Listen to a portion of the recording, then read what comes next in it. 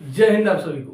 दोस्तों, भारतीय रेलवे की तरफ से एक बहुत बड़ी खुशखबरी निकल के आ रही है। जो बच्चे इंडियन रेलवे की तैयारी कर रहे हैं और इसके लिए लगातार कई दिनों से जो प्रोटेस्ट चल रहा था कि रेलवे एएलपी की वैकेंसी आखिर इतना कम क्यों आई है, आने वाले समय में किन किन पदों पर भर्तियां आएंगी या नहीं आएंगी, तो उसको लेकर के रेल मंत्री अश्विनी वैष्णव ने सब कुछ क्लियर कर दिया है।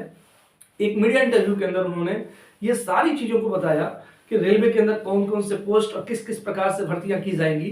क्योंकि जो इतनी कम वैकेंसी एएलपी के अंदर आई 5696, निश्चित रूप से बहुत कम वैकेंसी थी। बच्चे बहुत तरीके से हताश हो चुके थे और निश्चित रूप से हताशा स्वाभाविक सी बात है, क्योंकि 2018 के बाद रेलवे 2024 के अंदर लगभग 6 साल बाद भर्तियों को दिया है।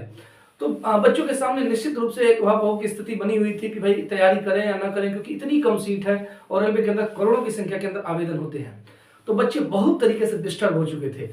लेकिन आप लोगों का जो ये प्रोटेस्ट था, आप लोगों की जो संघर्ष की दिन और रात लगातार आप लोगों ने जो संघर्ष किया, आखिरकार वो सफल हुआ। रेल मंत्री ने आज पूरा का पूरा खाका दे दिया है, पूरा का पूरा ब्यौरा दिया है कि हम आने वाले समय के अंदर रेलवे के अंदर भर्तियां कैसे करने वाले हैं।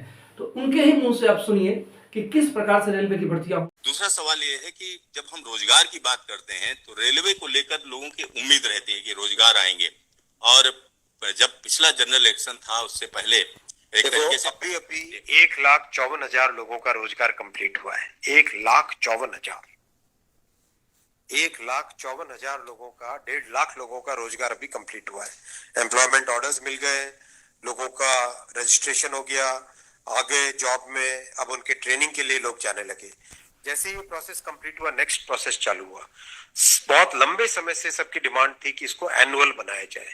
एनुअल इसलिए बनाया जाए, अगर 4-4, 5-5 साल के गैप में आता है तो कई लोगों की एज निकल जाती है उसमें से, राइट। इसीलिए अब एनुअल सिस्टम की तरफ मूव कर रहे हैं। जनवरी में, अप्रैल में, जून में और अक्टूबर में, इन ये चार बड़े चंक है, एएलपी, टेक्निकल, नॉन टेक्निकल और ग्रुप लेवल 1, ये जो 4 बड़ी कैटेगरीज है, इन 4 बड़ी कैटेगरीज का साल में 4 ऐसे किए गए कि जनवरी में स्टार्ट करें एक जो एएलपी का, दूसरा टेक्निकल स्टार्ट करें अप्रैल में, नॉन टेक्निकल स्टार्ट करें जून में और अक्टूबर में स्टार्ट करें लेवल 1, और ये साइकिल चलती रहे। इस प्रोसेस पे सारे के सारे कैंडिडेट्स की डिमांड लंबे टाइम से रही है कि 4-4 साल का जो फेज होता है, 5 साल का फेज होता है, कई लोग एज बार हो जाते हैं उसमें। एक हर साल आपको अपॉर्चुनिटी मिलती रहेगी तो सबको अपॉर्चुनिटी मिलेगी। इस थिंकिंग के साथ आगे बढ़े और इसी थिंकिंग और इसमें भी जितनी रिक्वायरमेंट थी उससे ज्यादा अभी नोटिफाई किया है। 1 साल के हिसाब से जो रिक्वायरमेंट है, 1 साल के हिसाब से अगर जैसे लोको पायलट का मैटर है, कितने लोग रिटायर होते हैं उससे ज्यादा लिए हैं, राइट। टेक्नीशियन का है तो टेक्नीशियन का जो अप्रैल के आसपास, अप्रैल से पहले निकल आएगा, क्योंकि हम लोग वो मॉडल कोड ऑफ कंडक्ट को भी अवॉइड करना चाहते थे, वरना नॉर्मल प्रोसेस में अप्रैल में निकलता है टेक्नीशियन का, पर मॉडल कोड ऑफ कोड को अवॉइड करने के लिए पहले निकाला है। तो जनवरी, अप्रैल, जून, अक्टूबर, फिर अगले साल वापस जनवरी, अप्रैल, जून, अक्टूबर, फिर अगले साल वापस, इस हिसाब से ये प्रोसेस कर रहे हैं। सर, 1 साल में कितने जॉब्स निकलेंगे इसमें? डिपेंड करेगा जिसकी जितनी रिक्वायरमेंट है। हर एक जोन की अपनी अपनी रिक्वायरमेंट आती है, हर डिवीजन की रिक्वायरमेंट आती है, कोई एस्टिमेट नहीं, हर वर्कशॉप से आती है। एस्टिमेट बनता है, बन के ही तो निकलता है, फिर एस्टिमेट बन के निकलता है ना, फिर हर एक कैटेगरी के लिए अलग अलग बनता है। अभी 1.5 लाख लोगों को जॉब दिया।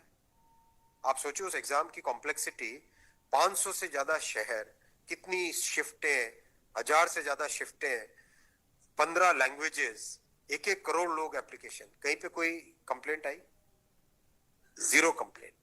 कहीं पे कोई paper leak? 0 paper leak. Complete हुआ ना एकदम ट्रांसपेरेंटली।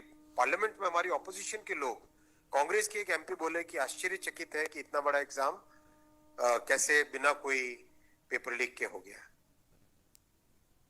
तो एक उस चीज को भी तो देखो। Thank you sir.